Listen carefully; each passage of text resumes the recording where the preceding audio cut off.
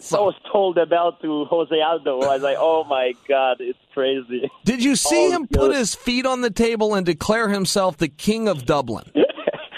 Yeah, I've seen it. That's the thing, like I think it's Conor McGregor. He could be smart or very dumb. It depends, But I think Conor McGregor is very skilled. He can back what he says. But what could be the strategy for Conor in that case could be it's a little bit when you fought Anderson Silva. I believe everybody that have fought Anderson Silva before you did, they were all respectful and they kind of scared him, at the point that they kind of over-respect him. They put an aura around him. And when you fight a guy and you put an aura of invincibility around him, it affects you mentally. And you broke that publicly, saying that you don't care, you were going to beat him and stuff, and nobody have ever done that. If it wouldn't have been that for that mistake that you got caught with, you would have won the fight quite easy, as a matter of fact.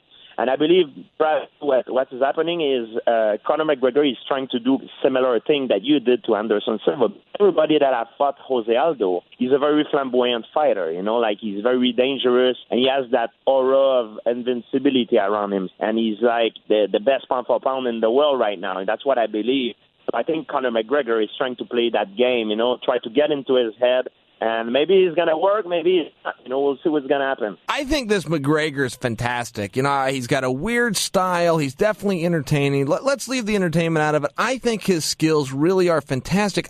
But to say that he's a top 3, top 5, even a top 10 guy in that weight class, man, that's a big compliment because that's a loaded weight class. You start talking about Jose Aldo, who, as you said, is one of the best, period, pound for pound. Then you got your Chad Mendes and your Frankie Edgars. Man, that's murderer's row right there. I just don't think you could throw a guy in out of Ireland. I mean, let's make it geographical. Ireland isn't putting out great boxers, great fighters, great wrestlers. Who's he training with in Ireland that could then produce a guy that could beat all of those guys? I think that's a fair question.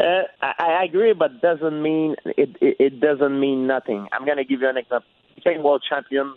I was training with unknown people. When I first beat Matthews, trust me, when I first beat Matthews, my training partner was only David Loiseau, and I had also Raz Zahabi, who were not really known at the time. I mean, and I didn't have any known training partner. I was training with the guys. Another example is Gegard Mousasi and Pride. Nobody knew where he was from, who he was training with, because he was an extremely successful guy. There's a lot of guys like this that they come from nowhere, but they have their ways, and also I believe confidence has a lot to play in it. I've trained with a lot of guys. For their respect, I don't say names, but in training, they're not very good. Like I've trained with many guys that are not good in training, and when they fight, I'm amazed to see what they do because they're so much better than what they were in training. And I'm like, how come? How did he do this? It's incredible. It's not even the same guy.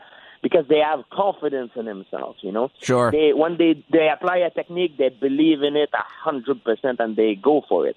And I believe it's one of the big keys, confidence. If you have confidence, it changed the game a lot. And sometimes it's the opposite. You have some guys in the training room that are just amazing, but when they go and